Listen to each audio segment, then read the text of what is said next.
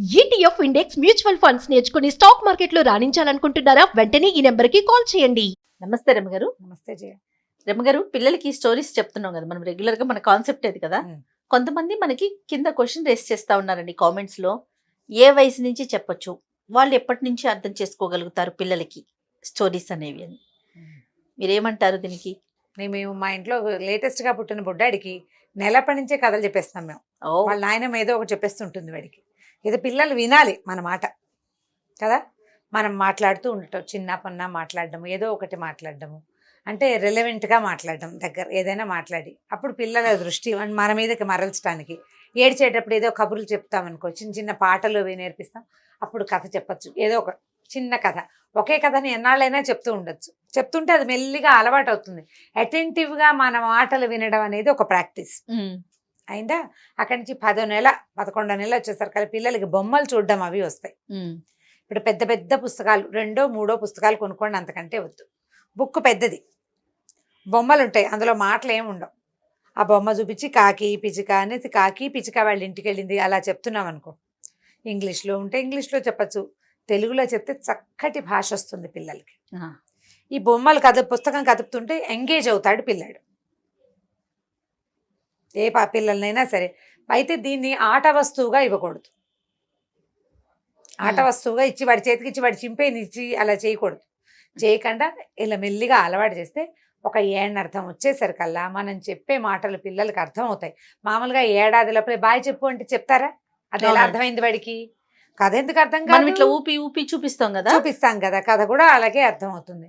మనం చెప్పేటప్పుడు ఊరికే ఏదో మన పనిచేసిన ఒక ఊళ్ళో రాజుగారు ఉన్నారని 10 ఏళ్ల వాడికి చెప్పినట్టు చెప్పకుండా కొంచెం ఎక్స్ప్రెషన్, ఒక ఊళ్ళో అలా చెప్పామనుకో. ఒక రాజుగారు ఉన్నారు, చెయ్యెత్తులు కదపడం, ప్రతిసారి ఒకే రకమైన ఎక్స్ప్రెషన్ ఇస్తే ఆ ఎక్స్ప్రెషన్స్కి పిల్లలు అలవాటు పడి వాళ్ళు కూడా ఎక్స్ప్రెస్ చేయటం మొదలు పెడతారు. కథలు చెప్పే విధానం అది. చెప్పడం ఎక్సైటింగ్గా ఉండేలాగా చెప్పడం. పెద్దవాళ్ళకి ఎవరికైనా కథ చెప్పడం చేతొస్తే వాళ్ళతోటి మరీను ఇంకా బాగా కుదురుతుంది. లేదా తల్లులు లేదా తండ్రులు, అమ్మలు కానీ నాన్నలు కానీ కొంచెం మరి కాస్త వచ్చిందనుకో వింటాం. 2 ఏళ్ళు వచ్చాక మనం ఏదైనా ఒక కథ చదువుతూ వినిపించేలాగా. ఇంగ్లీష్ వాళ్ళైతే ఇంగ్లీషు, తెలుగు వాళ్ళైతే తెలుగు. నేనైతే మన వాళ్ళకి తెలుగులోనే చెప్పండి అని చెప్తాను. మీరు ఈ అమ్మ భాషలో ఉండే చక్కటి భావ వ్యక్తీకరణ ఇంగ్లీష్లో ఉండదు. ఇంగ్లీష్లో ఉంటుంది, తెలుగులో ఉన్నంత స్వీట్గా ఇంగ్లీష్లో ఉండదు. తర్వాత పెద్దయ్యాక ఎలాగూ ఇంగ్లీష్ మీడియమే తప్పదు. పెద్దయ్యాక ఎలాగో వాళ్ళు ఇంగ్లీష్ పుస్తకాలే చదువుకుంటారు. దాన్ని కూడా నువ్వు తాళం వేయాలి, తప్పదు. దాన్ని వదలలేం మనం. కాబట్టి తెలుగుని భాగంగా చేయండి జీవితంలో. చిన్నప్పటి నుంచి చెప్పచ్చు చిట్టి చిట్టి కథలు. ఒక 3-4 చెప్పడానికి మనం ట్రై చేద్దాం. 3 ఏళ్ల పిల్లలు, 2 ఏళ్ల పిల్లలకి చెప్పే కథ కూడా ఉంది. మా ఇంట్లో ఒకడున్నాడు, ఇప్పుడు బాగా పెద్దవాడు అయిపోయాడు. వాడి పేరు నేను చెప్పంగానే వాడికి చాలా మరి వాడు సంతోషిస్తాడేమో తెలియదు. మరి వాడికి కాపలికి కాదు, పలిగేది కాదు. చిన్నప్పుడు ఒక 5 ఏళ్ళు అట్లా పిల్లలకి చూస్తా కాపలు కదు. ఈ మధ్య నేను పాపని కలిసాను, నా హార్డ్ కోర్ ఫ్యాన్ అనమాట నాకు. ఆ పాప కూడా కాపలు కదు, చాలా చక్కగా మాట్లాడుతుంది, ఎంత గడగడ మాట్లాడేస్తుంది, కాపలు కట్టలేదు, మెల్లిగా వస్తుంది. ఇప్పుడు మా ఇంట్లో వాడికి మేము కథ చెప్పేవాళ్ళం. కుంచుగాడు కుక్క పిల్ల. కుంచిగాడు అనే ఒక పిల్లాడు, వాడి దగ్గర ఉన్న వాడు పెంచుకున్న ఒక కుక్క పిల్ల. కాపాలక వాడు తుంచిదాడు తూత పిల్ల అనేవాడు. అన్నిటికీ ప్రతి సందర్భంలో ఎవరు దొరికినా సరే తుంచాడు తూత పిల్ల కథ చెప్పవా అని అడిగేవాడు అనమాట.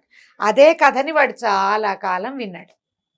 చాలా మంది పిల్లలు ఒకే కథని నెంబర్ ఆఫ్ టైమ్స్ వినడానికి ఇష్టపడతారు. నేను చెప్తాను వినండి. మా పాప ఉంటుంది కదా హని, రాజుగారు 7 కొడుకులు కథ. అది పుట్టినప్పటి నుంచి స్టిల్ నిన్న నైట్ వరకు కూడా వింటానే ఉంది రమ్మగారు. మా అబ్బాయి కూడా నేను పెద్దవాడికి నేనేమో మీరు చెప్పే కథలు చెప్పాలి, రమాంటి చెప్పిన కథలు నేను చెప్పాలి.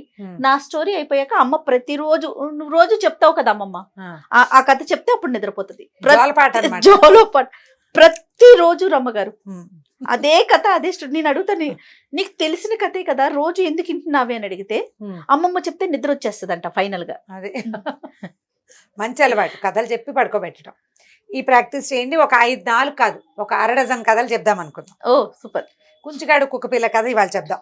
మా వాడి ఫేవరెట్ ఇది. ఇప్పుడు అది వాడు చూసి వాడి ఈ కథ నాదే అని వాళ్ళ ఆఫీస్ ఫ్రెండ్స్ అందరికీ చెప్పుకోవాలి. వాడి పేరు చెప్పట్లేదు అందుకే నేను.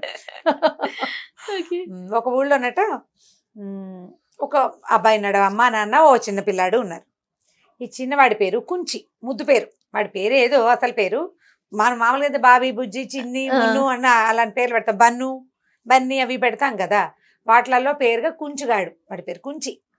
అయితే ఈ కుంచుగాడు ఏంటట, ఒకరోజు బళ్ళోకి వెళ్ళాడు. 1వ క్లాస్ అప్పుడు. బళ్ళోకి ఒకడే వెళ్ళి నడిచి వెళ్తూ ఉండేవాడు. కొంచెం 1వ క్లాస్ అంటే 5-6 ఏళ్ళు ఉంటాయి. ఆ బడి కూడా పెద్ద దూరం ఏం కాదు. ఈ కథాకాలం నాటిది 40 ఏళ్ళ నాటి కథ ఇది. అప్పటికి బస్సులు గిస్సులు ఇంత హడావిడిగా వెహికల్స్ ఏం లేవు. సైకిళ్ళు ఉండేవి అంతే, రిక్షాలు కనపడేవి. ఈ నడిచెళ్తున్న కుంచుగాడికి ఒక పక్కన ఒక చిట్టి కుక్క పిల్ల కనపడింది. బుజ్జిది కనపడితే ఏం చేశాడు, కొంచెం ఆ కుక్క పిల్లని చూసేసరికల్లా పరిగెత్తుకుంటూ వెళ్ళాడు వాళ్ళ అమ్మ దగ్గరికి. అమ్మ బడికి వెళ్ళే దారిలో ఒక కుక్క పిల్ల ఉందే, అది తెచ్చుకుందామన్నాడు. వాళ్ళ అమ్మది, బడికి వెళ్ళిపోతూ నువ్వు బడిలోకి వెళ్ళాలి కానీ కుక్క పిల్లని తెస్తానంటే వెదవా పో స్కూల్కి అని కేకలేసింది. సరే వాడు ఏడు పూత పెట్టుకున్నాడు, వెళ్ళిపోయాడు. సాయంకాలం మళ్ళీ వాడు దారిలో తిరిగి వస్తుంటే మళ్ళీ అక్కడే కనపడింది కుక్కపిల్ల. కనపడేసరికల్లా వాడు ఏం చేశాడు, మళ్ళీ ఇంటికి వచ్చి వాళ్ళ అమ్మని అడిగాడు, అమ్మ ప్లీజ్ అని బతిమలాడాడు. సరే ఈ లోపల ఏమైంది, ఇంట్లో వాళ్ళ నాయనమ్మ ఉంది. ఆవిడంది, పోనీ లేవే ఏముంది, కుక్కపిల్ల 4 పాల చుక్కలు పోస్తే సరిపోతుంది, వీడితో పాటు ఏదో తిరుగుతుంటుంది, వాడికి తమ్ముడు చెల్లి ఎవరు లేరు, తోచి ఉంటుంది పిల్లాడికి, తెచ్చుకోమని అనేసరికల్లా ఈ కుంచుగాడు ఏం చేశాడు, ఆ స్కూల్ వైపుకి పరిగెత్తుకుంటూ పోయి ఆ చిన్న కుక్కపిల్లని తెచ్చుకున్నాడు. అది అప్పటిదాకా మట్లో పొరలాడుతూ తిరుగుతోంది. వాళ్ళ అమ్మంది, నువ్వు కుక్కని తెస్తే కుదరదు, ఒట్టిగానే వండి పట్టుకొచ్చి నా నెత్తి మీద పెట్టకూడదు, నీకు స్నానం, నీకు అన్నం, నీ పనులన్నీ నేను చేయాల్సి వస్తుంది, కుక్కపిల్ల పనులన్నీ నువ్వు చేస్తానంటేనే కుదురుతుందని. ఓకే, ఇప్పుడు పిల్లల్ని పెంచుకుంటామని అడిగి ఒకరిని పెంచుకోవాలి, పెట్టి కావాలనే వాళ్ళకి ఈ మాటలు చెప్పాలన్నమాట. అంతే. సరే ఈ కుక్క పిల్లని తెచ్చాడు. వాడు ఏం చేశాడు, కాసిన వాళ్ళ అమ్మ గోరువెచ్చటి నీళ్లు పెట్టిస్తే దానికి నీళ్లు పోసాడు. అది కుయ్యో మొర్రో అంటుంటే ఎలాగోలాగా గుడ్డ పెట్టి దాన్ని తుడిచాడు. కాసినన్ని పాలు చిన్న కప్పులో పోసి పెడితే పాలు తాగింది. తోకాడిస్తూ వీడి వెనకాలే తిరుగుతుంది. 1 వారం 10 రోజులు గడిచింది. బాగా అలవాటైపోయింది. తను లేనప్పుడు వాళ్ళ అమ్మ చూసేది కుక్క పిల్లని. స్కూల్లోకి వెళ్ళినప్పుడు బండి నుంచి తిరిగి వచ్చాక వాడే కుక్క పిల్లని బయటికి తీసిపోయేవాడు. దాని మెళ్ళో ఓ తాడు కట్టి వాడు ఎక్కడ తిరిగితే అక్కడ కుక్క పిల్ల ఏముంది, ఎవరు మనుషులు కనపడితే వాళ్ళ వెనకాల తిరుగుతూ ఉంటుంది.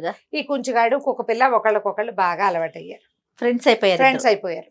పక్కింట్లో ఒక చుట్టాలు ఆయన వచ్చారు. పక్కింట్లో వచ్చిన చుట్టాలు ఆయన పక్క ఇంటికి పోయారు. కుక్కపిల్ల వీడు ఇద్దరు కలిసి. అక్కడ వాళ్ళ ఇంట్లో చిట్టి పాప ఉంది, ఆడుకోవడానికి వెళ్ళారు.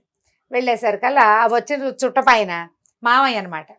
మామయ్య వీడేమో వేరే కుంచి స్కూల్కి వెళ్తున్నావా అని కనుక్కున్నాడు. పక్కింట్లో ఫ్రెండ్స్ ఉంటారు కదా, మరి అడిగేసరికల్లా వెళ్తున్నాను, ఇదిగో నేను కుక్క పిల్లని పెంచుకుంటున్నానని ఈ కుక్క పిల్లని చూపించాడు. ఆయన బాగా చూసి, కుక్కపిల్ల భలే బాగుందిరా, దీని తోకేమిట్రా ఇంత వంకరగా ఉంది అన్నాడు. అప్పుడు వెలిగింది కుంచుగాడికి, తోక వంకరగా ఉంది దీనికి. పిల్ల చూస్తే తెల్లగా బొద్దుగా ముద్దుగా చెవులు గివులు బాగానే ఉన్నాయి, ఇలా ఉంది తోక సీలాగా. దాన్ని నచ్చలేదు వాడికి. ఇప్పుడు ఒకళ్ళు వంక పెట్టారు, నల్లగా ఉంది అంటే రుద్ది స్నానం చేయిస్తాడు. తోక వంకరగా ఉందంటే దాన్ని వంకర తీయటం ఎలాగా, ఏం చేశాడు, మెల్లిగా దాని తోకను పట్టుకుని సాగదీశాడు. స్ట్రైట్ గా వచ్చింది, బాగా వచ్చింది అనుకున్నాడు. చెయ్యి వదిలేగానే అది మళ్ళీ వెళ్ళిపోయింది పైకి, మళ్ళీ సీలాగా అయింది. ఇక వీడు లాగా అది పైకి వెళ్ళిపోవా, లాగా పైకి వెళ్ళిపోవా. అక్కడి నుంచి ఏమైంది, కుయ్యోమర్రమని అరిచింది. అది తోక లాగుతుని నొప్పెట్టదు. వాళ్ళ మంచి వెదవా, తోక పుచ్చుకు లాగితే ఏడవదురా కుక్క పిల్ల, వదిలేయమంది.